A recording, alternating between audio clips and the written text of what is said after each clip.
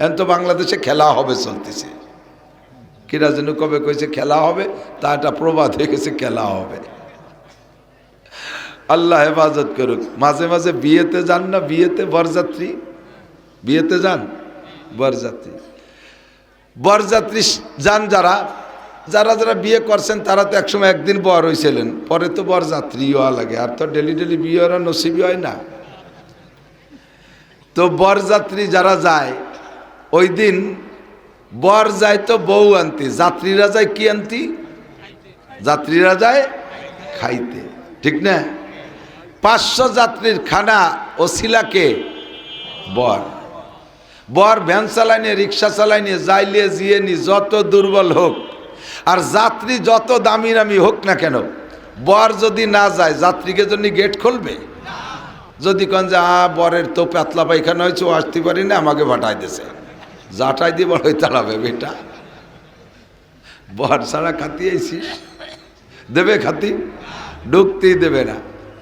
ওসিলা বর, বরের জন্য অ্যারেঞ্জও বেশি হয়, আমাদের দেয় ছোট ছোট প্লেটে, ঠিক না? যাত্রীকে বররে দেয় সে তবলিগির এত বড় এক থাল বইরে, ওরে বাবা, সে আইডিয়ে শিং সহ মাথা উঠে দিয়েছে একটা, আজ তো ছাগল জিভে কামড়াই ধরে কাইতে শুয়ে রয়েছে, মুরগিরে 4 পাও দিয়ে খাড়া হয়ে থইছে, এত বড় বড় ডিম, এক ডিম পারতে 2-3 মুরগি লাগে, কোন জায়গাতে জোগাড় আর সাল্লাই জানে, 40-50 প্রকারে পিটিয়ে। ও পায় বেশি কিন্তু ওই পরিমাণ কেউ দিন খায়? ও খায় অত?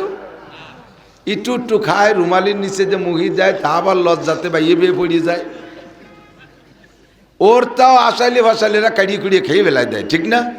ও তো খাতেই পারে না, ওর তা কাড়িয়ে কুড়িয়ে খেয়ে বেলায় দেয়, ওদিন খায় বরযাত্রীরা, ঠিক কিনা? সাউরিও জানে আমার জামাই আজকে খাইতে পারে নাই, আমার জামাই আজ খাইতে পারে নাই, কারণ ও যাও পারতো, ওর নজর রয়েছিল ঘরের মধ্যে, কারণ বাবি দেখাই আবার ননদ না বেছে, এরকম একটা বিপদ তো চলতেছে। ননদের চেহারা ভালো না, মাইয়ে দেয়ানু বলকে বাবিরে দেয়ছে, পছন্দ হয়ে গেছে, পরে ননদরা উঠে দিয়ে দিয়েছে, এই এটা 2 নম্বরই চলতেছে। কিন্তু ও এই টেনশনে আল্লাহ যা দেখছে তাই না অন্য কিছু, এই দুশ্চিন্তায় ভুগতেছে, এই জন্যও খাতি পারে নাই। তো যথারীতি বিয়ে হয়ে গেছে, যাত্রীরা তো ওদিন জম্মের খাইয়ে চলে গেছে, পরে 2-3 দিন পরে আবার বেড়াইতে আসে না জামাই বউ নিয়ে, ওনার মেয়ে নিয়ে আসে, আমাকে ওদিকে মেলানি কি কয়, এদিক ফিরেনি কয় না, কে মেলানি, মেলানি কয়।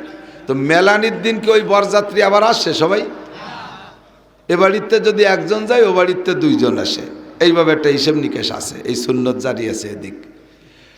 তো ওই দিন সাউরি জানে যে বিয়ের দিন আমার জামাই খাতি পারে নেই, খাওয়াতে হবে এখন, কড় করে মুরগি একেবারে নয়লে মুরগি, তারপরে আধা বয়সী মোরগ, তার আরও যা যা আছে অত্যাধুনিক, পদ্মার ইলিশ, পদ্মার খল্লা মাছ, তারপরে আইড় মাছ ইত্যাদি ইত্যাদি ভরপুর জোগাড় করছে।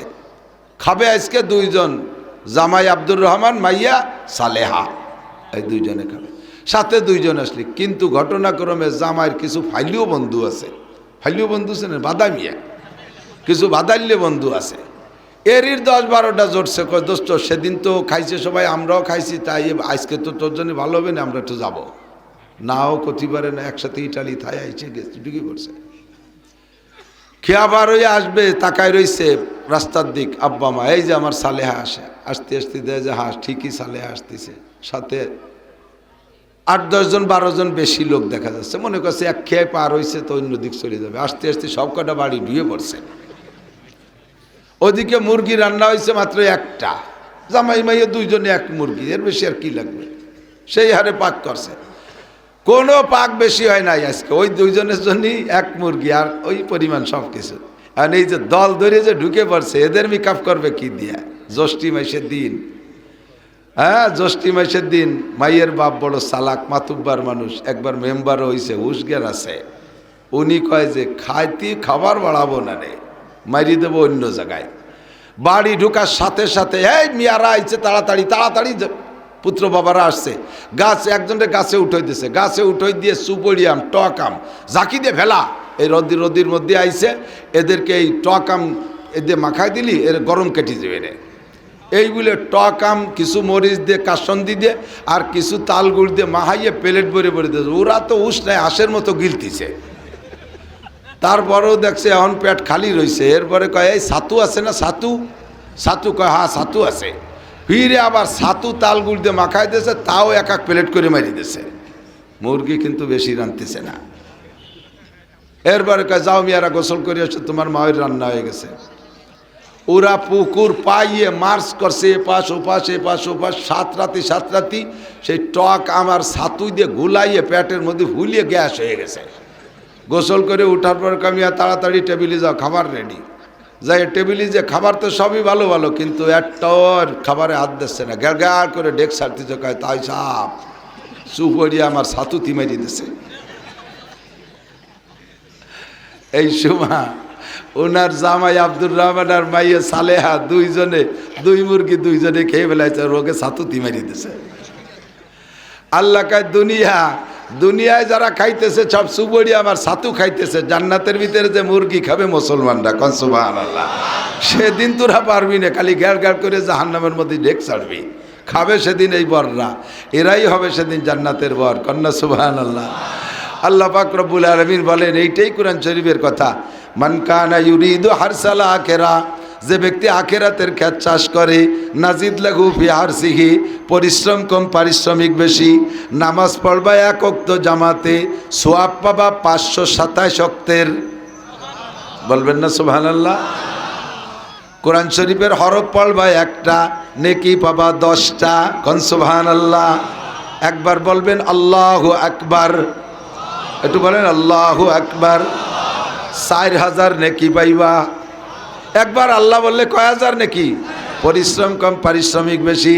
সূরা ইখলাস একবার পড়বা বান্দা, 10 পারা কোরআন শরীফ পড়ার নেকি তোমার আমলনামায় লেখা হইয়া যায়। 3 বার সূরা ইখলাস পড়বা, 1 খতম কোরআনের নেকি পাইয়া যাইবা। একবার সূরা ইয়াসিন পড়বা, 10 খতম কোরআন শরীফ পড়ার নেকি পাইবা। ইবাদত করবা কম, নেকি পাবা বেশি। মান কানা ইউরিদু হারসাল আখিরা, একটা সুন্নতের পর আমল করবা, মেসাক পকেটে রাইখা ওযু বানানোর আগে 3টে ডলা দিবা, তোমার আমল নামায় 100 শহীদের সওয়াব লেখা হইয়া যাবে। মান কানা ইউরিদু হারসাল আখিরা, আমার দিক যুবকরা তাকাও, যদি কোনো বিরাস 1 কোটি টাকা দামের বিরাস থাকে, 1 কোটি টাকায় যদি কোনো বিরাসের দাম হয়, এমন একটা বিরাস পয়সা আছে কিনছেন, আর যদি কোনো পেস্ট কিনতে 1 লক্ষ টাকা লাগে, আপনি 1 কোটি টাকা দামের বিরাস দিয়া 1 লক্ষ টাকা দামের পেস্ট দিয়ে দাঁত মাজবেন, পরিষ্কার করবেন, আল্লাহর কসম একটা নেকিও আপনি পাবেন না, একটা নেকিও আপনি পাবেন না। আপনার দাঁত পরিষ্কার হতে পারে কিন্তু নেকি পাবেন না। গাছের একটা ডাল কাইটা পকেটে রাখবেন, ওযুর আগে 3টে ডলা মারবেন। আপনাকে এই মাসালাটা শুনলেন যে আমার কাছ থেকে, এর বিনিময় পাবেন 60 বছর নফল নামাজ ও নফল রোজার সওয়াব। আর মেসাক দিয়ে ডলা দিলে আমল করলে পাইবেন 100 শহীদের সওয়াব। মান কানা ইউরিদু হারসাল আখিরা নাজিদ লাহু ফি হারসিহি, আল্লাহ পাক বলেন বান্দা এই হলো আখিরাতের খ্যাত। এই সব জায়গা সার্চ দিলেই ফসল বেশি হয়, সার্চ দিলেই ফসল বেশি হয়। খানা টেবিলে খাইলেও খাওয়া হবে, দস্তারখানে খাইলে খাওয়া হবে, বিনা দস্তারখানা খাইলেও খাওয়া হবে। দস্তারখানা ছাড়া খাইলে শুধু খাওয়া হবে, নেকি হবে না। একটু কোনো মতে দস্তারখানাটা বিছাইয়া আপনি ওর পর খানা খাইলে আপনার আমল নামায় 100 শহীদের সওয়াব লেখা হয়। এই হলো আখিরাতের খ্যাত। তবে দস্তারখানি হতে হবে। দস্তারখান ছাড়া হুজুর খানা খাবে না, পিসা হুজুর বাড়ি বইয়ে খান সামনে তালাশ করে বাঁচছে না। এই দস্তারখান হারাই গেছে, খান সাহেবের খবরই নাই। হুজুরও দস্তারখান ছাড়া বসে না, পরে একটা লুঙ্গি বিছাই দিছে। লুঙ্গি, আরে বদনা আছে না, পানি ব্যবহার করে, বদনা নতুনও যদি হয়, এই মাত্র কিনে আইনে বদনায় পানি দিলি খাওয়া যায়? বদনা হাতে নিয়ে সাথে সাথে পায়খানার কথা মনে পড়ে, কথা ঠিক না? তেমনই লুঙ্গি, যার লুঙ্গি বিছাই দিক, নতুন লুঙ্গি বিছাই দিলিও এই লুঙ্গির সাথে আপনি কত উল্টো পাল্টা হচ্ছেন সব মনে পড়বে না? কি হচ্ছেন তা আমি করছি না। লুঙ্গির সাথে কত উল্টো পাল্টা হয় সব মনে পড়ে খাওয়ার সময়। তা কি আর ভাত গিলা যায়? অস করে গেছি ঘরে যাইয়ে টেবিলই খাতি দিছে একবারই। আমি কইলাম যে টেবিলই খাবো না, এইমাত্র সুন্নতের বয়ান করছি, দৈরি এত নগদে সুন্নত খেলাম, কমপক্ষে 2-4 দিন যাক, পরে পুরো নলিবারে সে দেখ পায় না। আজকে দস্তারখান চালাবেন, বাড়ি ভরিয়ে দস্তারখান পায় না, একখান গামছায় নিয়ে বিছাই দিছে। গামছায় দস্তারখান বিছাই কি জন্যই? খাদ্য পড়ে গেলে তুলে খাইলে আল্লাহ রুজির বরকত বাড়ায় দেয়। হযরত উসমান গনি বড় ধনী না? উসমান গনি বড় ধনী। তো এই সম্পদের প্রভাবে উসমান রাদিয়াল্লাহু তাআলা মন মতো ইবাদত করতে পারে না, মনে খুব কষ্ট, কিন্তু যাররা পরিমাণ ত্রুটি নাই, তার চাহিদার চাইতেও বেশি, মানে তার যে পরিমাণ চাহিদা ওই পরিমাণ পারে না, কিন্তু শরীয়তের কোনো চুল পরিমাণ তরক নেই। এরপরে যে একদিন হুজুরের কাছে নালিশ করতেছে, হুজুর আল্লাহ কি বুঝলে বলি আমারই এইরকম এত সম্পদ দিয়েছে, এর জন্য আমি অন্য সাহাবা আবু বকর উমারের মতো পারি না, আপনি একটু দোয়া করেন দিয়ে আল্লাহ আমার একটু সম্পত্তি কমায় দিক, তাহলে একটু ভালো ইবাদত করতে পারি। আছেন কেউ এই করার মতো আছে? বাবা স্বপ্ন টাক উড়োই, গমের মধ্যে যে এইরকম কে স্বপ্নে দেখতেছে খালি টা টা। উসমান কয়া আল্লাহর কাছে দোয়ারে নেওয়ার পয়সা একটু কমিয়ে যাক। হুজুর বললে ও দোয়া আমি করতে পারবো না, কারণ তোমার সম্পদ আছে বিদায় তবুকের যুদ্ধে তুমি 3 ভাগের 1 ভাগ খরচ দেছো, তোমার ইনকামের তোমার অর্থের 3 ভাগের 1 ভাগ দেছো তবুকের যুদ্ধে। ওই টাকা দিয়ে আমি এরকম 10টা যুদ্ধ চালাইতে পারি, এত সম্পদ। যদি তোমার টাকা না থাকতো তাহলে তুমি এত দিতে পারতো, আমার এই ইসলামের এত উপকার হইতো, তোমার টাকা কমানোর কথা বলতে পারবো না। কয় যে হুজুর ইয়ার বেশি হয়ে গেছে, নামাজ কালাম ভালো ঠিক মতো মন মতো ভরতে পারি না। হুজুর কয় যদি একেবারে একান্ত কমানোর ইচ্ছে হয় তাহলে ওই হাতের থেকে পড়ে যায় যে খাবার, ওই পড়ে যা খাবার কুড়োই খাবা না, খুঁটে খাবা না, তাহলে আস্তে আস্তে গরিব হয়ে যাবা। কয় যে হুজুর খাবার পড়ে যাবে আর কুড়োই খাবো না, তারপরেও যদি পয়সা কড়ি কমিয়ে যায় এর কারণে চেষ্টা করে দেই। উটের পিঠে বসে খেজুর খাচ্ছে উসমান, একটা খেজুরের অর্ধেক খাইছে আর অর্ধেক হাতের থেকে পড়ে গেছে বালির মধ্যে, মরুভূমির বালুর ভিতরে আর অর্ধেক পড়ে গেছে। সেই উট তো কোন জায়গা, প্রায় 3 তলা না উট, উটির হাঁটু কিন্তু 3-4 ভাগ, গরুর তো আর মানুষের তো 2 হাঁটু, উটির হাঁটু 3 কেন। সেই উপরেতে মুরব্বী নামিয়ে এসে সেই অর্ধেক খেজুর কুড়াইয়া মুছিয়া ভাষার সাথে ডলিয়ে পরিষ্কার হইয়া তাই খাচ্ছে। হুজুর তাই দূরিতে দেখে কয় উসমান তুমি গরিব বাবা হবে না, খাবার কুড়িয়ে খাবার। এখন এই দস্তারখান বিষয় কি জন্য? যাতে ময়লা জায়গা খাবার না পড়ে আর কুড়াই খাইতে কষ্ট না হয়, ঘৃণা না লাগে, এই জন্যই না। আমি দস্তারখান চাইছি, গামছা একখানা নিয়ে বিষয় দিয়েছে, এ গামছারে কিনা যেন আবার তার কায়দা আমল করছে। গামছার স্বভাব কি? গামছা ধরেই না আগে না গামছা দিয়ে আগে না করছে, হ্রাস করে এতখানি পাহা মাল মাহাই তুইছে, তাই এসে আমার প্লেটের সামনে এই দেশে দস্তার। আমি কলাম যে আজ আর খাওয়া হলো না। পরে গামছা পাল্টায় আর হবেই না, পরে গামছা দেখলি আমার সেই সিএনের কথা মনে পড়ে। এই কিন্তু আমার গামছা রুমাল না, আমি এই সব জায়গায় গামছা সাথে রাখি। এক জায়গায় অজু বানাইয়া রাতে কইছে অজু মুসব, শীতকাল তো একটু মুস্তি হয়, গামছা একটা নাইয়ে দিছে, মুখ মুস্তিছে আর মুখ তেল তেলি হয়ে যাচ্ছে। পরে কি ব্যাপার এরকম কে? আমার সাথে যে রেখেছে হুজুর কাম হয়ে গেছে, বইয়ে মুখ ক্রিম হয়ে গেছে, এই কেরা জানি অতখানি মাহাইতেছে, বইয়ে মুখ বইয়ে আমি লোশন মাহাইছি ডলি ডলিয়া। এটা আদবের খেলাফ। গামছা যদি কেউ দিতে হয় তাহলে তার নতুন গামছা দিতে হবে, আপনার ব্যবহার করা গামছা দেবেন না। আপনার গামছা যে আপনি গা গতর পরিষ্কার করছেন, মুছছেন, আপনার গায়ে একটা গন্ধ আছে, ওটা আপনার ভালো লাগে, আপনার মুখে দিলে ওই গামছা খারাপ লাগে না, আপনার গায়ের গন্ধ আর একজনের খারাপ লাগে। কতক্ষণ কাজেই আপনার ব্যবহৃত গামছা আর একজনকে দেবেন না।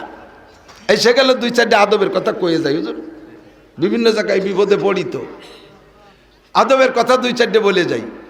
আপনি আমারে মোহাব্বত করেন, মোহাব্বত করে কাছে আসি একেবারে জড়াই ধরিয়ে কুলাকুলি পর্যন্ত হলো, ঠিক আছে, ফার্স্ট চান্সে হয়ে গেল।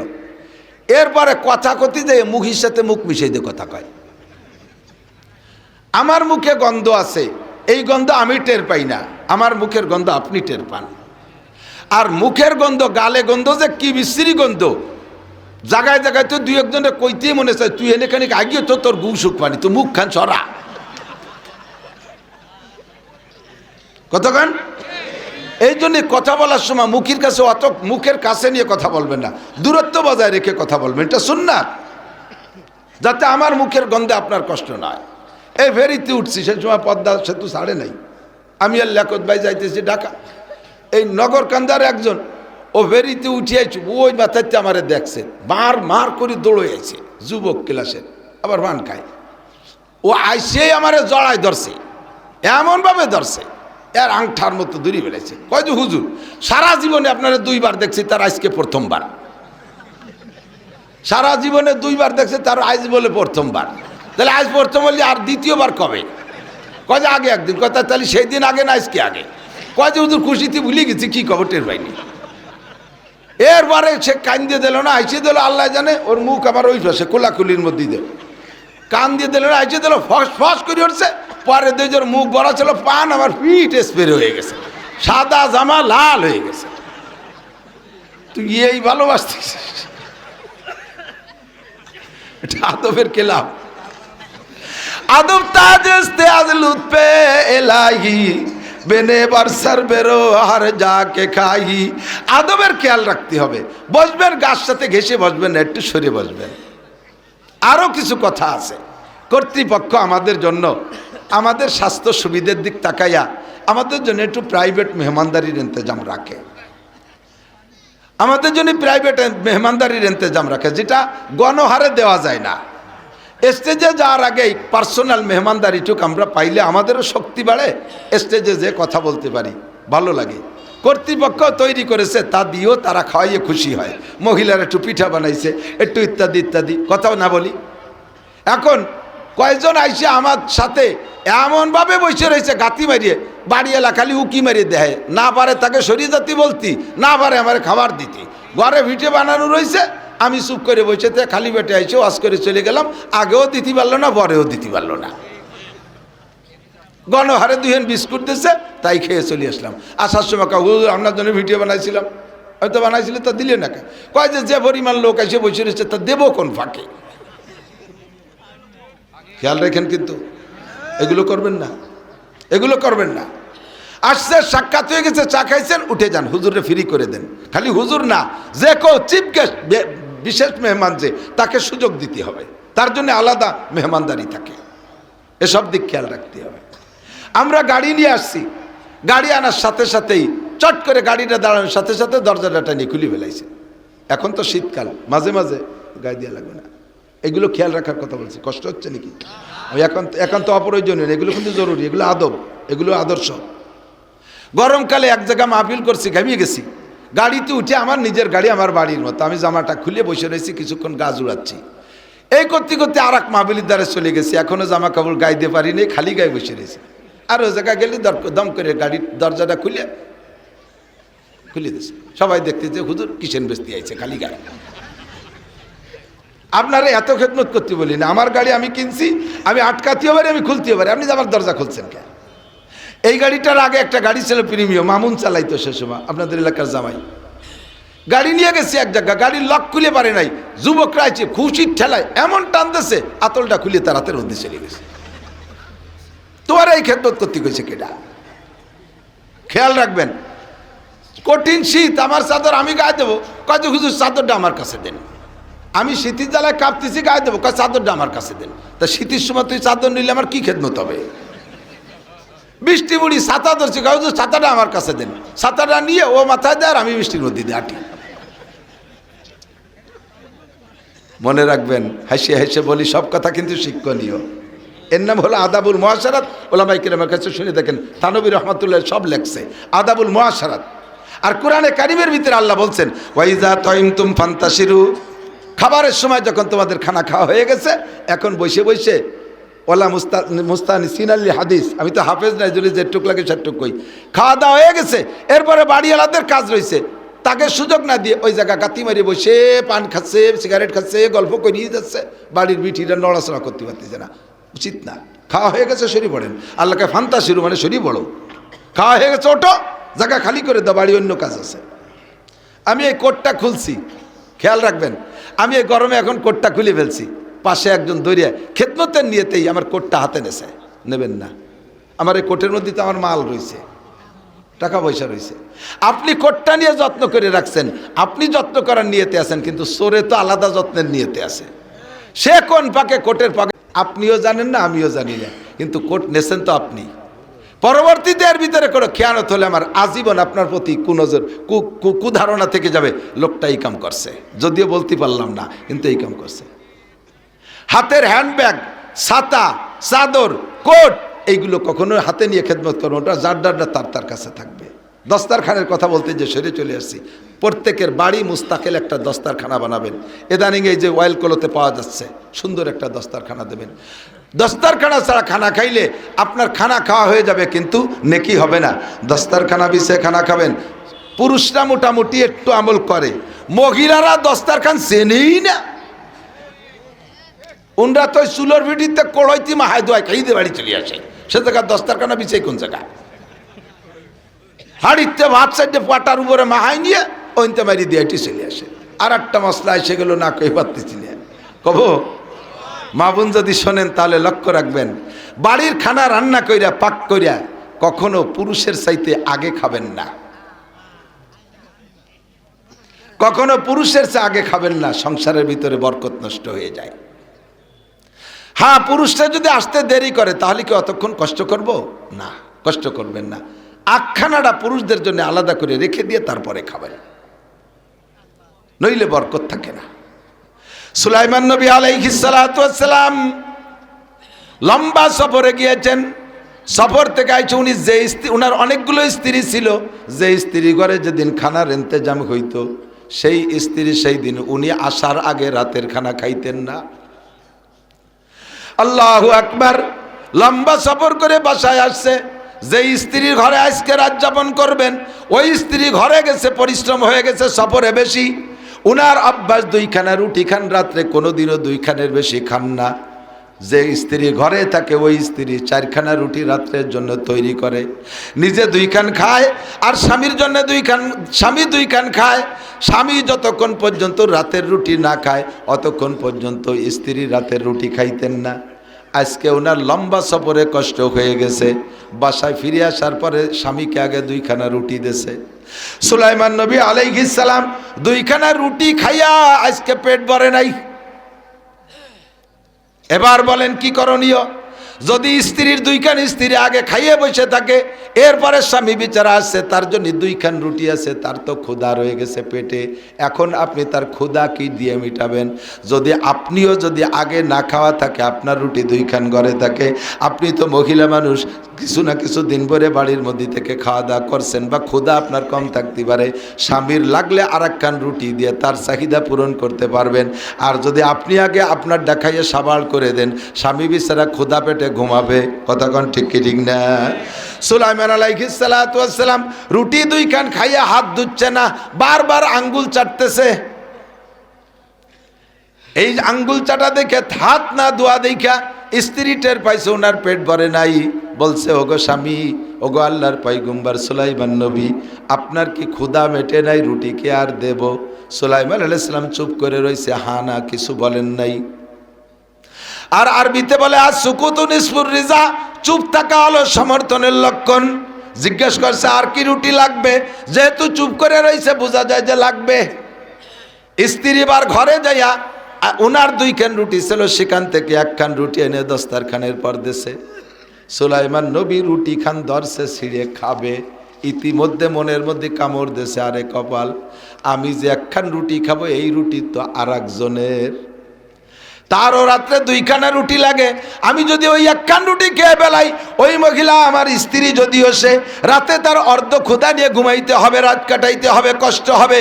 রুটি খান সুলাইমান নবী না খাইয়া নিজের জিব্বাডারে টানিয়ে ধরে হাত দিয়ে পিটাইতেছে আর কয়, ও জিব্বা, তোরে জনমের মতো খাওয়াই দেব, তুই আর একজনের হক মাইরে খাবি, আর একজনের হক নষ্ট করবি, তারে কষ্ট দিবি। উনি 2 খান রুটি খেয়ে অপেক্ষা করলেন, রাত কাটাইলেন, আর 1 খান রুটি স্ত্রীটা খাইলেন না। শিক্ষণীয় অনেক কিছু। স্ত্রীদের শিক্ষণীয় হলো স্বামীর প্রয়োজনে দেওয়ার সুযোগ থাকবে। যদি আগে না খায়, যদি স্ত্রীরা আগে না খায়, তাহলে ঘরে খাবার বেশি থাকবে, স্বামীর প্রয়োজন বেশি হলে দিতে পারবে। এই শিক্ষাটা ওখান থেকে নেবে। আর পুরুষরা শিক্ষা নেবে, কি শিক্ষা নেবে? কয় আপনার স্ত্রী ঘরে খাইলো কি খাইলো না এ খবরও কিন্তু আপনার রাখতে হবে। কথা বলেন? ঘরে ভালো মুরগি বা ভালো মাছ রান্না হয়েছে, বেশ, উনি বসে বসে, এ কলজে কো, মাটিয়ে কো, হরান কো, সে মুরগির মাথা কো, এত বড় ইলিশ আনলাম, ইলিশি মাথা নাই, সব মাথা পরাণ করছে জীবন বেড়ে তোমার পরাণে চাই। ও বিটি মানুষ মহিলা, তার কি পরাণ চায় না? তুমি তো কত জায়গায় দাওয়াত খেয়ে বেড়াও, সে জায়গা মোটা মোটা খাও, মহিলাকে দাওয়াত চাওয়া তাই না কোনো জায়গা তেমন। বাড়ি যেদিন খানা ভালো হবে সেই দিন আমরা পুরুষদের দায়িত্ব, আগে মহিলাদেরকে পরাণ ভরে খাওয়াবেন সামনের পর বসে। তবে মহিলাকে আমরা সামনে বসে খাওয়াবো, মহিলারা যেন আমরা আসার আগে আবার গাইড কেটে না দেয়, উন্ডা যেন আবার আড়ি বেরিয়ে না দেয়। আগে উন্ডা থাকবে, অপেক্ষা করে স্বামীকে নিয়ে একসাথে খাবেন। বাকি স্বামী স্ত্রী দুইজন যতদিন একসাথে খানা খাবেন অতদিন মিল মোহাব্বত কম হবে না, অতদিন মিল মোহাব্বত কম হবে না। বুড়োরা আইসা কয়, বাবা একটা তাবিজ দাও বাবা। আমি তো মাদ্রাসার হুজুর আসে আমার কাছে, আমার আব্বা তাবিজ দিত, সেই সুবাদে মনে করে আমিও বুঝি দেই। আমি কিন্তু তাবিজের বিশ্বাসীও না, তাবিজের ভক্তও না, তবুও মাঝে মাঝে আসে মুরব্বীরা, কয় বাবা একটা তাবিজ দাও। কয় কি তাবিজ? কয় তোমার শাশি আমার দিক ফিরিয়েও তাকায় না। সুবহানাল্লাহ। তোমার চাষি আমার কাছে আসে না। আমি বলে বুড়ো কালে না আসলি কি হয়েছে? বাবা বুঝবা, বুড়ো হলি যৌবনকালে স্ত্রী লাগে এক কাজে, বুড়ো হয়ে গেলি লাগে নানান কাজে। যৌবনকালে স্বামী লাগে এক কাজে, বুড়ো হয়ে গেলি লাগে নানান কাজে।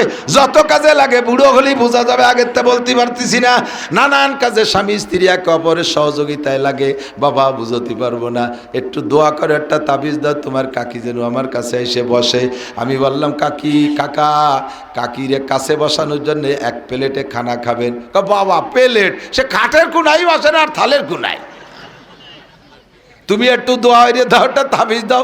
খাটের কোনায় বসাতে হলে থালের মধ্যে আমি ডুয়ো বানিয়ে যে ববে পারি। এক প্লেটে স্বামী স্ত্রী দুইজন যতদিন খানা খাবেন অতদিন মিল মোহাব্বতের তাবিজ দেওয়া লাগবে না। বাস্তব প্রমাণ আমি হাতে ধরে শিখাই দেয়, দিক তাকান। বাস্তব প্রমাণ। তবলিগি জান না? তবলিগি এটা তিনা উলামা ইকরামের সাথে, কার সাথে? জোরে কান, বেজাল আছে নাকি এর মধ্যে? আলেমদের তবলিগের পক্ষে কারা? 2 নম্বর কে আছে নাকি এর মধ্যে? আল্লাহ হেফাজত করবে, বলেন আমিন। ভণ্ড পার্টি 7 পার্টি বাংলাদেশের একটা অন্যতম টুপিধারী পাগড়িধারী সন্ত্রাস। ভণ্ড পার্টি 7 পার্টি টুপিধারী পাগড়িধারী, এরা তবলিগের নামে একটা সন্ত্রাস পার্টি। টঙ্গীর ময়দানে যাইয়া 5-6 জন মানুষকে হত্যা করে দিয়েছে রাতের অন্ধকারে। তবলিগি যাবেন, উলামায়ে কেরামের সাথে যাবেন। তবলিগি একটা চিল্লা দেন, 12 পুরীর 12 জন, শরীয়তপুরীর একজন, মাদারীপুরীর একজন, ফরিদপুরীর একজন, রংপুরীর একজন, দিনাজপুরীর একজন, সৈয়দপুরীর একজন, এমন করে 12 পুরীর 12 জন এক জামাতে তবলিগ কইরা কাকরাইল যখন আসে, কাকরাইল যখন আইসা কারগুজারি শেষে যখন বিদায় নেয়, দেখবেন গলা জড়াই ধরে ভাই মরা শোকের মতো কান্তি থাকে। কান্দে না? জীবন ভরে প্রতিবেশী ভাইদের প্রতি এত ভালোবাসা হইল না, 40 দিনই এই কয়জনের মধ্যে এই ভালোবাসাটা কেন হলো? কয় কেনটা একটু বুঝে নাও। এক প্লেটে 4 জন করে ভাত খাইছে, এক প্লেটে 4 জনের ভাত খাইছে।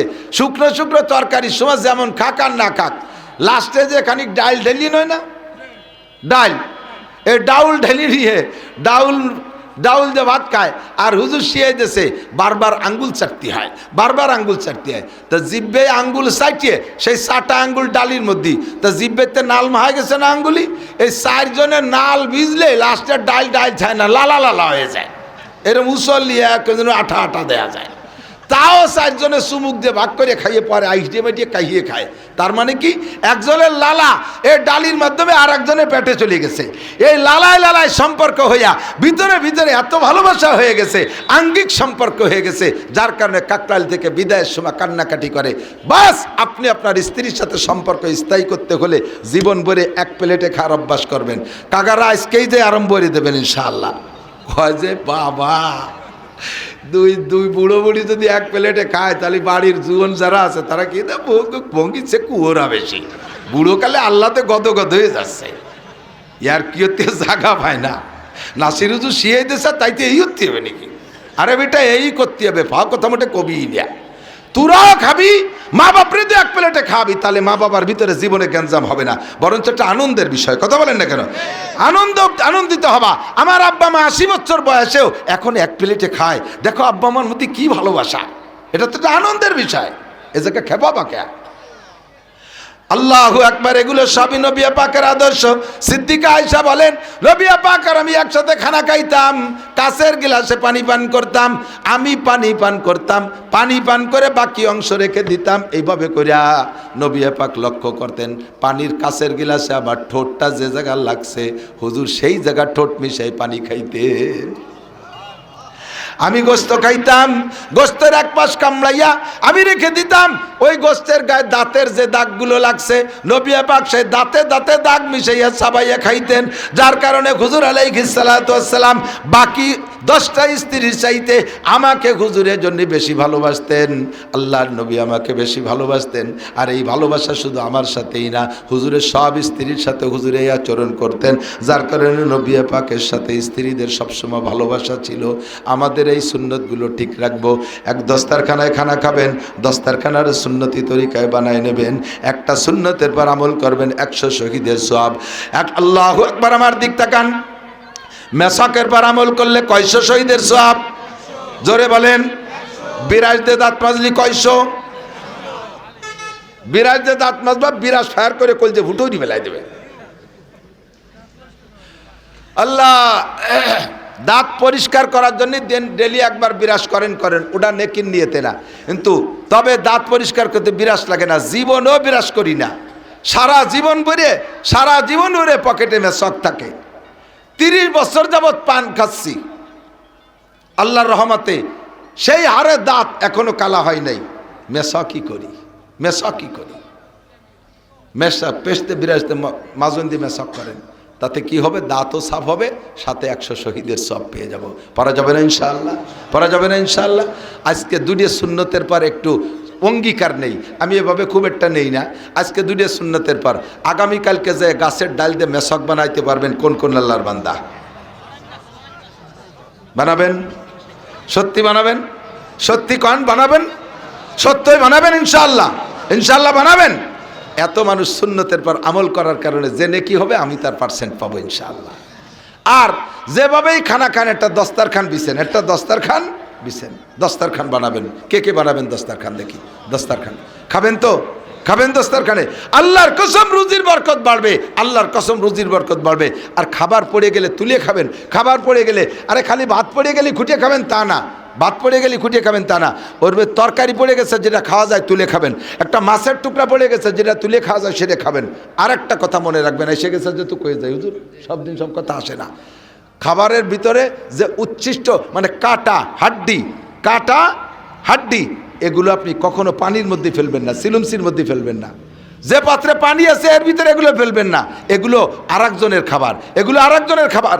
কাটা যদি পানির মধ্যে ফেলান, এর যত বড় মাছের কাটা হোক ওইটা আর বিড়ালে খায় না, কারণ ওর কাটার ভিতরে যে স্বাদ ছিল পানিতে দিয়ে নষ্ট হয়ে গেছে, ও আর খাবে না। হাড্ডি খায় কুত্তায়, হাড্ডিরে যদি পানির মধ্যে ফেলান দেখবেন যে কুত্তায় ওই ভিজে হাড্ডি আর চাটবে না, কোনো দিনে খাবে না, ওটা তো আরেকজনের খাবার। এটা ফেলাই দেওয়ার সময় বলবেন ফি সাবিলিল্লাহ, এই করে ফেলে দেবেন, কুত্তো খাবে, বিড়ালে খাবে, আপনি নেকি পাবেন। ভালো করে মনে রাখেন, এক যুবক স্বপ্নে দেখে, আমার দিক, এক যুবক স্বপ্নে দেখে ওর আব্বা মারা গেছে, ওর আব্বা মারা গেছে, তো আব্বা জান্নাতের ভিতরে তরমুজ খাচ্ছে, জান্নাতি তরমুজ, বলেন না সুবহানাল্লাহ। আর গাল বেয়ে বেয়ে তরমুজের লাল রস পড়তেছে, আর আব্বা যে কি মজা পাচ্ছে তরমুজ খেয়ে খেয়ে, খুব মজা পাচ্ছে।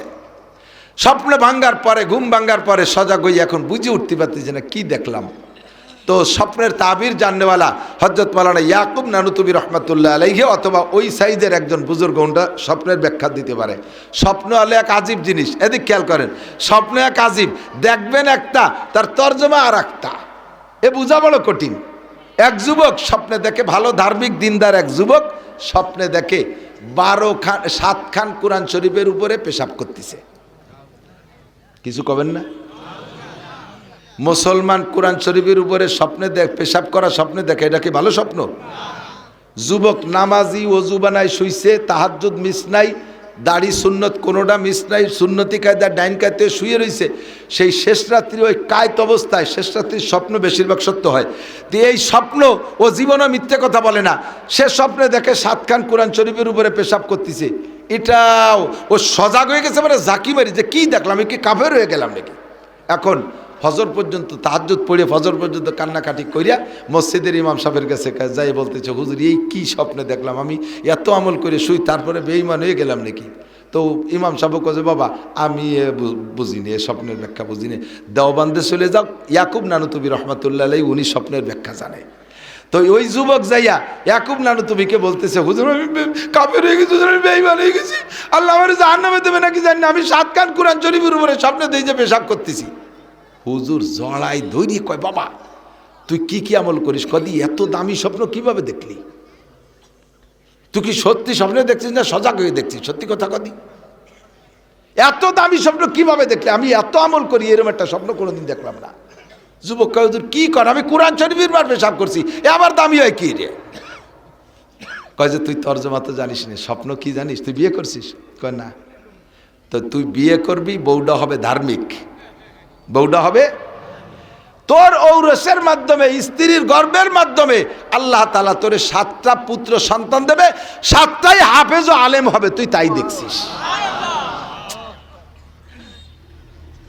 কি আজীব খেলা! তোর ঔরসে 7টা পুত্র সন্তান বের হবে, তুই তাই 7টা কোরআন শরীফের পর পেশাব দেখছিস। আর এই 7টা ছেলে হাফেজ ও আলেম হবে। পরবর্তীতে ছেলেটা বিয়ে করছে, ধার্মিক বউ পাইছে, 7টা ছেলে হয়েছে, সবগুলো দারুল উলুম দেওবন্দের থেকে হাফেজ আলেম হয়ে গেছে। তাহলে স্বপ্নে একটা দেখেন তর্জমা কি, বোঝা বড় কঠিন না? যাদের আল্লাহ এলেম দিয়েছে তারা বোঝে। যুবক স্বপ্নে দেখে বাপে তরমুজ খাচ্ছে, এখন ভয় পাইছে, আল্লাহ তরমুজই খাচ্ছে না অন্য কোনো নাপাক খাচ্ছে, কি দেখলাম আল্লাহ জানে। যাইয়া হুজুরি কাছে বলছে, হুজুর বলছে, বাবা তুমি কি দিনের বেলা তরমুজ খাইছো নাকি? বলে, জি হুজুর আমি দিনের বেলা তরমুজ খাইছি। কিভাবে তোমার দিনের তরমুজ খাওয়ার ইতিহাসটা কও? কয় যে হুজুর আমি যখন বাজারের থেকে তরমুজ নিয়ে বাড়ি ঢুকি, তা আমার ওই বাড়ি ঢোকার পথে গোয়াল আতাল, গরু বান্ধে আতাল কয় না, এই আতালে আমার গাইটা ছিল, আমার ওই গাই আমার তরমুজের দিক তাকাইছিল। পরে আমি তরমুজ খাইয়ে ওই খোসাগুলো সব আমার গাইরে দিছি, সে যে কি জুবা করে খাইছে, লাল গাল বেয়ে তার রস পড়ছিল। হুজুর বললেন, তোমার গাইতে তরমুজের খোসা খাইয়ে দোয়া দেছে, সেই দোয়ার ওসিলায় আল্লাহ তাআলা তোমার আব্বাকে জান্নাতে তরমুজ খাওয়াইছে। আপনি মাছ খাইছেন, গোশ খাইছেন, হাড্ডিগুলো আব্বা মার নামে সৎকা করে দেন, বিড়ালে খাবে, কুত্তই খাবে, আপনার আব্বা মাকে আল্লাহ জান্নাতের মাছ গোশ খাওয়াবে। এ যদি পানির মধ্যে ফেলান তাহলে ও আর বিড়াল কুত্তে খায় না, জিন্দেগিতেই সৎকাটা হবে না, আমল করা যাবে না ইনশাআল্লাহ। এই কথাগুলো তো সব দিন আসে না, আজকে এসে গেল অতর্কিতভাবে। ওয়াজ করবো একটা হয়ে যাচ্ছে আর একটা, কী তা আল্লাহ জানে, আল্লাহ ভালো জানে। যে সমস্যা, সে সমস্যার সমাধানগুলো আল্লাহ তাআলা উলামায়ে কেরামের জবানে এনে দেয়। তবলিগি যাবেন দেখবেন, তবলিগি গেলে মুরব্বীরা বলে দেয়, কোনো কিছু খাইতে মনে চালে বলবেন না, জানা আছে না? তবলিগি গেলে এইগুলো বলে দেয় না, কোনো কিছু খাইতে মনে চাইলে বলবেন না, বললে পাবেন না। একেবারে বাস্তব। কিশোরগঞ্জ, গতকালকে কিশোরগঞ্জ মাহফিলে গেছিলাম, কিশোরগঞ্জের পাকুন্দিয়া থানায় গেছি মাহফিল তবলিগে, এক চিল্লা রমজানে। এখন মনে চাইতেছে যে পুরোটাই তো এদিক কাটাইলাম, কিন্তু কাঁঠাল তো দুধ তো খাতি পারলাম না। আমির সাহেবরে বললাম, আমির সাহেব চিল্লাটা চলে গেলে একটু দুধের জোগাড় করতে পারলেন না? আমির সাহেব বলে যে ঠিক আছে হুজুর, আপনি নিজেই যান, আর একজন সাথী নিয়ে যান, দেখেন কোন বাজারে দুধ পান। ওদিক বিকেলে বাজারে দুধ ওঠে। 5টা বাজার ঘুরছি, একটা বাজারে 100 টাকা দুধ পেলাম না। দুঃখে জ্বালায় বাঁচিনি যে এদেশে এত দুধ, আর এক বাজারে দুধ পেলাম না। পরে কয়েকদিন বার কাঁঠাল খাতি মনে চাচ্ছে, চিন্তা হলাম যে কইলে তো পাওয়া যায় না, তা কবই নে দেখা যাক দেই কাঁঠাল কিনবার। চুপ করে রইছি, সন্ধ্যার আগে 1 মণি 1 কাঁঠাল আইছে, 3 দিন পর্যন্ত খাই সারতে পারি না। যে বিষয়গুলো কখনো বক্তারে বলবেন না যে এইগুলো বলে দেন, মনে মনে দোয়া করবেন, দেখবেন প্রয়োজনীয় কথাগুলো এসে গেছে। আল্লাহ তাআলা এই সুন্নতের পর আমাদের আমল করার তৌফিক দান করুক, বলেন আমিন। অনেকগুলো বলছি, কিন্তু মনে আছে অনেকগুলো বলছি। বসার আদব বলছি, বক্তার সাথে সাক্ষাতের আদব বলছি, গাড়ি খোলার আদব বলছি, দস্তারখানের কথা বলছি, মেসাকের কথা বলছি। তবে মেসাকের একটা কথা বাকি রয়েছে, আর দস্তারখানের একটা কথা বাকি রয়েছে। দস্তারখানের সাইজ হবে কতটুক? কমপক্ষে সোয়াত স্কোয়ার, সুয়াদ। পকেটের নাক মুসা রুমাইল আছে 1 বিঘে থাকেন, তাই থালের তলে বিছিয়ে দিয়েছে। আর এর মুখ খোল্লো কন্যা কি আবার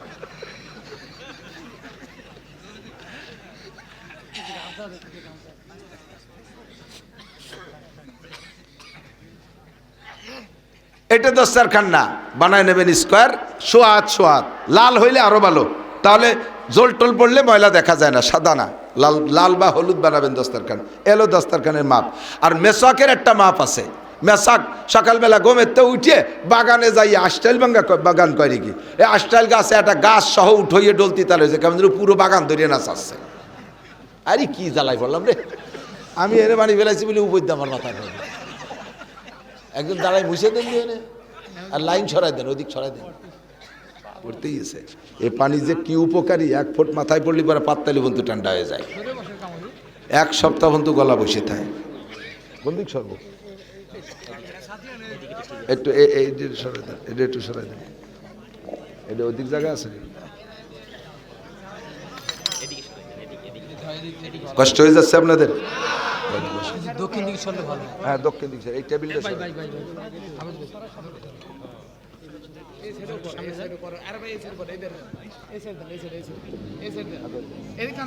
এদিকে এদিকে আগে, দক্ষিণ কোন দিক? আরে সামনের দিকে আগে, সামনের দিক হয়েছে। আল্লাহুম্মা সাল্লি আলা মুহাম্মদ। মেসাকের সুন্নত আমার দিক তাকান, প্রত্যেকের বিঘেত, এইটা ছোট বিঘেত, বানানোর সময় এই বিঘেতের 1 বিঘেত কট্টুক, একটু উঁচু করে দেখান তো কট্টুক, এই বিঘেত। শাহাদত আঙ্গুলের মাথাতে বৃদ্ধাঙ্গুলের মাথা 1 বিঘেত, ঠিক আছে। আর মোটা হবে আপনার হাতের কেনি আঙ্গুলের এই সাইজ। বানানোর সময় পরে শুয়াইয়া কাবু হয়ে গেলে সেটা ভিন্ন কথা, কিন্তু বানানোর সময় সাইজ। আর তিক্ত গাছের মেশাক হলে আপনার পেট দাঁত সব দিক দিয়ে উপকারী, এই সাইজ। আর ব্যবহারের সুন্নত, ডাইন পাশতে এইভাবে খাড়াভাবে ডলতি ডলতি বাম দিক, আবার ডাইন পাশতে ডলতি ডলতি বাম দিক, আবার ডাইন পাশতে ডলতি ডলতি বাম দিক, এভাবে 3 বার করা সুন্নত।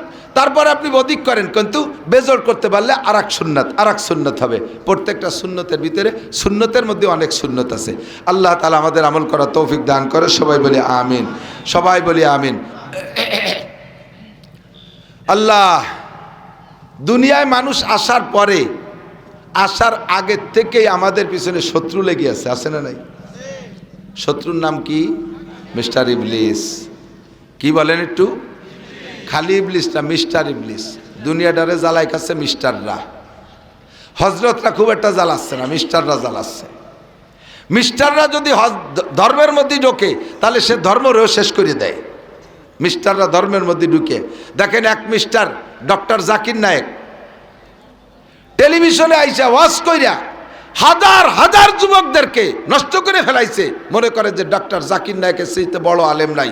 সে যা বলে, আরে কপাল, কিসি তুমি হুজুর, তুমি তো ভাষাই জানো না, গ্রাম্য বাংলায় কথা কও। সে ইংরেজি, অঙ্ক, তারপরে কি কয় আরো বিভিন্ন ভাষা, তৌরাত, জবুর, ইনজিল, কুরআন সব দিয়ে ঢেলি দিয়ে পড়ে।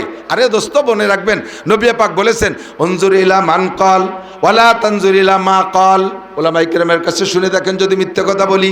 নবী পাক বলেছেন, উনজুর ইলা মান কল ওয়ালা তানজুর ইলা মা কল। কি বলল তা আগে দেখো না, তা আগে শুনো না। কে বলল তাকে আগে দেখো, কে বলল তাকে আগে দেখো। বলনেওয়ালার ভিতরে যদি সুন্নতের আমল না থাকে, বলা অনুযায়ী আমল না থাকে, ওই বলনেওয়ালার বলা যত সুন্দর হয়, ওর কথার ভিতরে হিদায়েত নাই। আরে বাহ্যিকভাবে ভালো দেখলেও আন্ডারগ্রাউন্ডে তার মধ্যে অনেক ক্ষতি আছে। 100-র উপরে মিথ্যা মাসলা, ভুল মাসালা বলেছে ডক্টর জাকির নায়েক, 100-র উপরে। এইটা ধরার যোগ্যতা আপনার নাই। আপনি তো দেখতেছেন হিন্দু কালেমা পড়ে মুসলমান হয়ে যাচ্ছে, কাফেররা তার কাছে ঠইকে যাচ্ছে। এই ঠকাজিটা বড় কথা না। ভিতরে ভিতরে 1 নম্বর মাল আমার দিক, 2 নম্বর মাল যদি প্রোডাকশন দিতে হয়, 2 নম্বর মাল নিয়ে যদি মার্কেটে ব্যবসা করতে হয়, তাহলে আগে প্রোডাকশন দিতে হবে 1 নম্বর মাল। কোনো কোম্পানি টিকে যাইতে হলে আগে 1 নম্বর মালের প্রোডাকশন দিতে হবে। আর 1 নম্বর মালে ব্যবসা নাই, 1 নম্বর মালে ব্যবসা নাই। তবে ধৈর্যই যদি ইন্ডাস্ট্রি থেকে 2 নম্বর মাল প্রোডাকশন দেয়, ওই ইন্ডাস্ট্রিজ কোনো দিনও সফল হতে পারবে না। আগে 1 নম্বর মাল দিতে হবে। যখন মার্কেট পেয়ে যাবে, এরপরে 2 নম্বর, 6 নম্বর, 14 নম্বর দিলেও ওই তালে তালে চলতে তালে থাকবে। যেমন আরএফএল, আরএফএল একটা প্রসিদ্ধ নাম প্লাস্টিকের জগতে। আরএফএল প্রথম সবচেয়ে ভালো মাল প্রোডাকশন দিয়েছে। এখন আরএফএলে অনেক নিচু মানের মাল, তার চাইতে বাংলাদেশি অনেক কোম্পানি ভালো ভালো প্লাস্টিক উৎপাদন করছে। করতেছে, কথা বলেন ঠিক কি ঠিক না?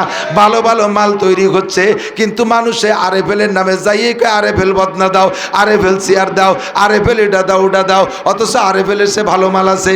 এখন আরএফএল আলারা 14 নম্বর মাল দিয়ে ব্যবসা করে খেয়ে যাচ্ছে। এইটাই হলো ব্যবসার সিস্টেম। এহুদ নাসারাদের চক্রান্তে টেলিভিশনের জগতে আইসা ধর্মের ভিতরে ঢুইকা বহুত জনে এরকম 2 নম্বরই করতেছে।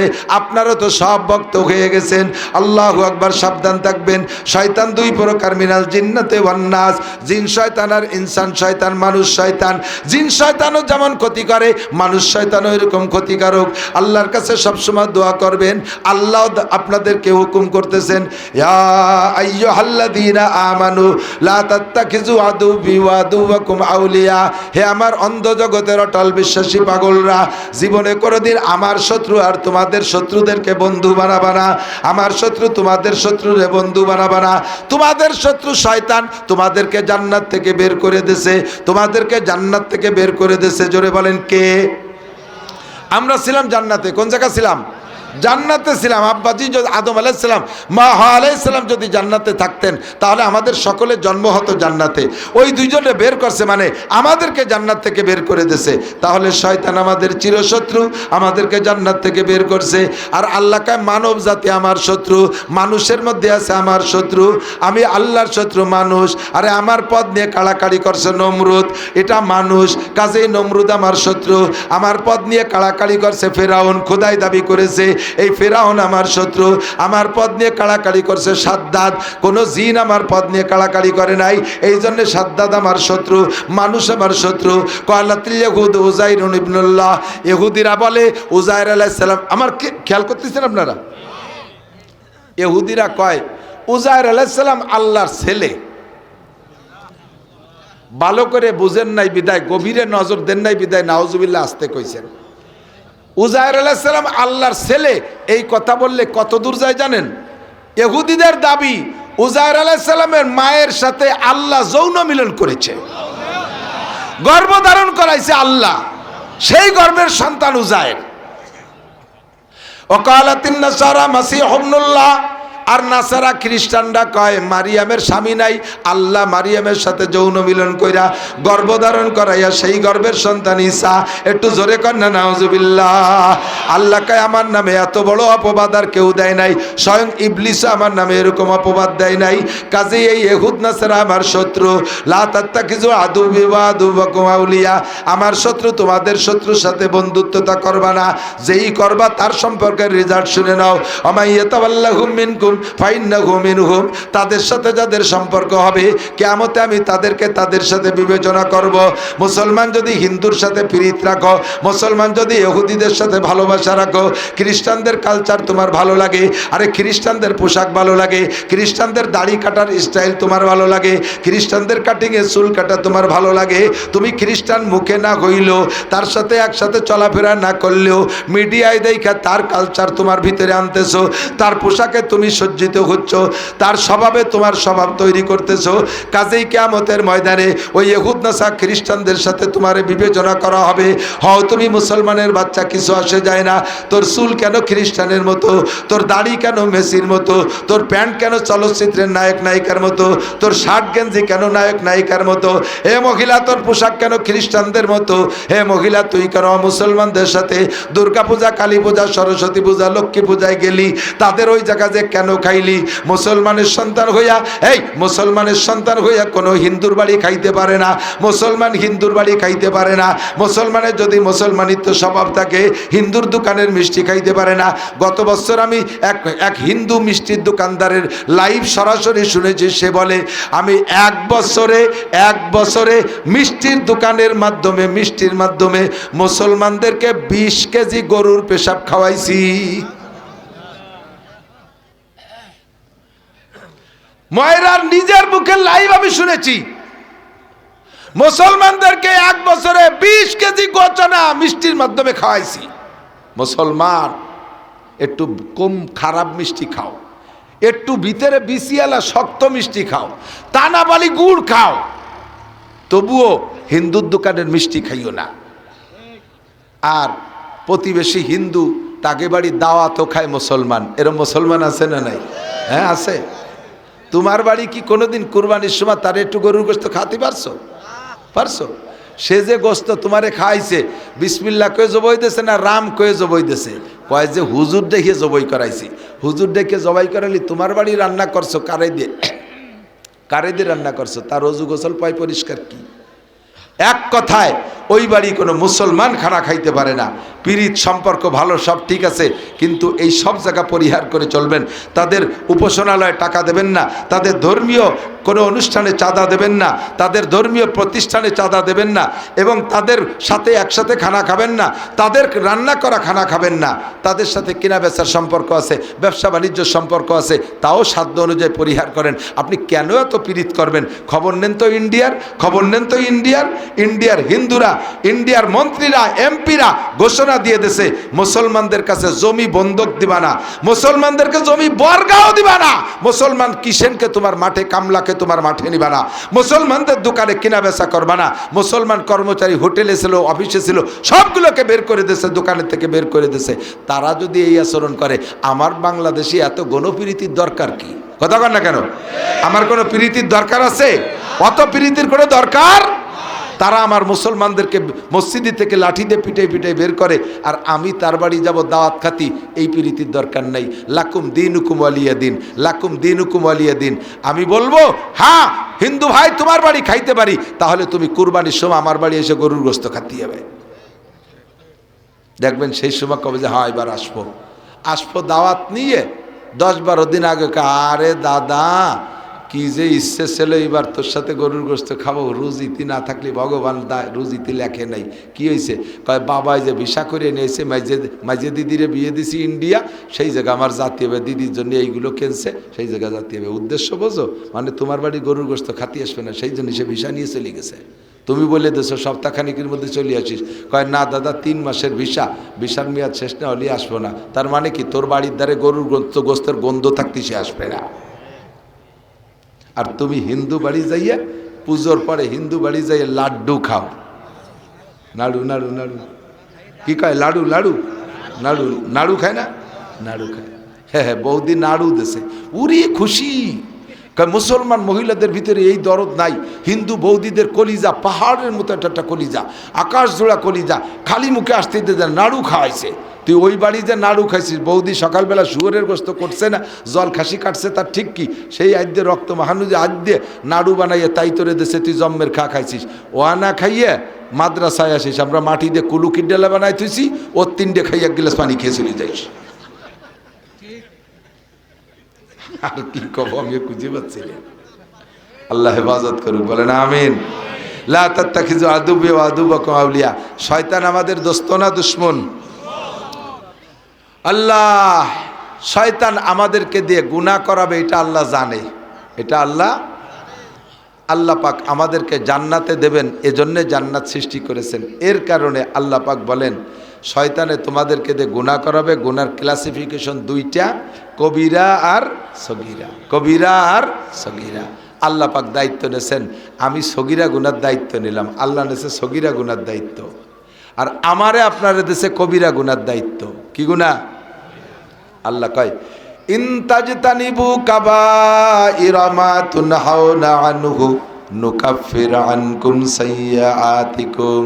ও বান্দা, তুমি যদি তোমার যোগ্যতা বলে কবিরা গুনার থেকে বাঁচতে পারো, তোমার যোগ্যতা বলে কবিরা গুনার থেকে বাঁচতে পারো, নুকাফির আনকুম সাইয়্যাতিকুম, তোমার জীবনে যত সগীরা গুনাহ হবে এর একটা থেকেও তওবা করা লাগবে না।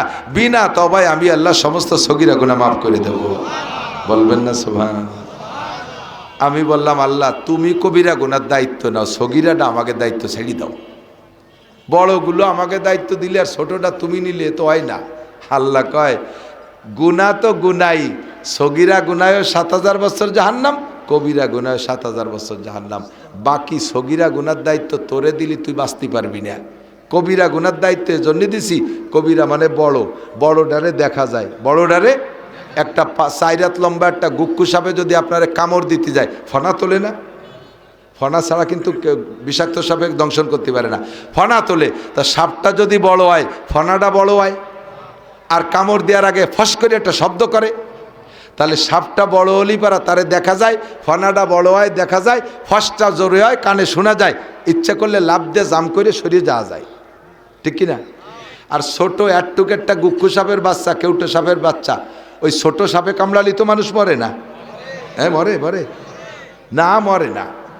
সগিরে সাপ হতে কি হবে? সগিরে সাপ, ছোট সাপ মরে, মরে। তাই ছোট সাপ এ রাতের থেকে বাঁচা কিন্তু ভারী কঠিন। ও মুজার মধ্যে যে ঢুকে বসে রয়েছে আপনি জানেন না, জুতার মধ্যে ঢুকে বসে রয়েছে জানেন না, ভরি দিয়েছেন জুতোর ভিতরে পা মারি দিয়েছে, জাইঙ্গের মধ্যে পেঁচায় রয়েছে ভরিয়ে ফেলাইছেন জাগা মতো মারিয়ে দিয়েছে, বালিশির তলে যে বসে রয়েছে কানের দ্বারে হুশ করে মারিয়ে দিয়েছে, ওর টুকটা দেহাও যায় না, তার হুশও নাই, তার ভনাও নাই, আবার কামড় দিলি মরে, আবার কামড় দিলি মরে। তাহলে বলেন বড় সাপের থেকে বাচ্চা সহজ না ছোট সাপের থেকে? ছোট সাপের থেকে বাচ্চা সহজ না বড় সাপের থেকে? বড় সাপের থেকে বাচ্চা সহজ, দেখে লাভ দিয়ে জাম করে সরিয়ে যেতে পারো, ছোট্টার তো দেখাই যায় না। এই জন্য আল্লাহ বলেন কবিরা গুনাহ দেখা যায়, কবিরা গুনাহ দেখা যায়, তুমি ইচ্ছা করলে জাম করে সরিয়ে যেতে পারবা, কিন্তু সগিরা গুনাহ টের পাওয়া যায় না, কোন ফাঁকে ফাঁকে পেঁচে পেঁচে হয়ে যায়। আবার শাস্তি কিন্তু একই, দুইয়ে সাপের একই বিষ, দুইয়ে সাপের একই বিষ। আল্লাহ বলেন ইনতাজতানিবু কাবাইরা মা তুনহাউনা আনহু নুকাফির আনকুম সাইয়্যাতিকুম। তোমারে কয়টা কবিরা গুনাহ চিনাই দেই, এদিক তাকান, কয়টা কবিরা গুনাহ চিনাই দেব, এই কবিরা গুনাহগুলো থেকে তুমি বাঁচো, আমি তোমার জীবনের সমস্ত সগিরা গুনাহ বিনা তওবায় ক্ষমা করে দেব।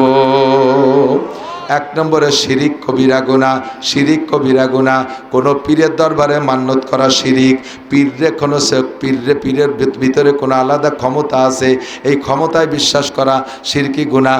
মানুষ মারা যাওয়ার পরে, পিসাব মারা যাওয়ার পরে মাজারে যাইয়া কবরে যায়, সে জায়গা গরু দেয়, ছাগল দেয়, আর মনে করে পীর বাবা অনেক কিছু করে দেবে, এইটা আপনি মুশরিক হয়ে গেছেন, আপনি মুশরিক হয়ে গেছেন। এই শিরকি গুনাহ আল্লাহ পাক আপনারে ক্ষমা করবে না। আল্লাহ কা ইন্নাল্লাহা লা ইয়াগফিরু আন ইউশরাকা বিহি ওয়া ইয়াগফিরু মা দুনা যালিকা লিমান ইয়াশা। শিরকি গুনাহ বাদে আর যত গুনাহ তুমি করেছো, তোমার যে কোনো ভালো কাজ দেখে আমি আল্লাহ ক্ষমা করে দিতে পারি, এই জন্য শিরকের গুনাহ করবা না। এক নম্বরে শিরিক, দুই নম্বরে কুফরি গুনাহ। কুফরি গুনাহ বোঝেন না, আমার দিক তাকান, কুফরি গুনাহ বুঝে নেন।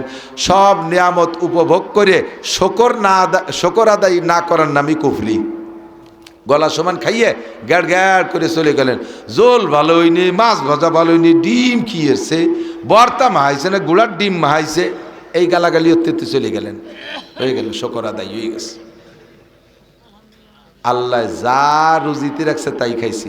তরি তরকারিতে যদি একটু কোনোদিন রান্না খারাপ হয়ে যায়, ওই দিন বউরে প্রশংসা বেশি করবেন, আজকে যা রাঁধছো তোমার হাত চাইছে খাতি মনে চাচ্ছে, খুশি হয়ে পরের দিন ভালো রানবে। আর আজকে যদি যা রান্না করছে এ যদি বদনাম, কিরা রানছে এ আয় তোর মাথায় ডালবো, তাহলে বিটি যদি সেইরকম তেজি মহিলা কয়টা তোরটা তুই রান দেখা, শেষে কি এর বেনেন কয় বেটা।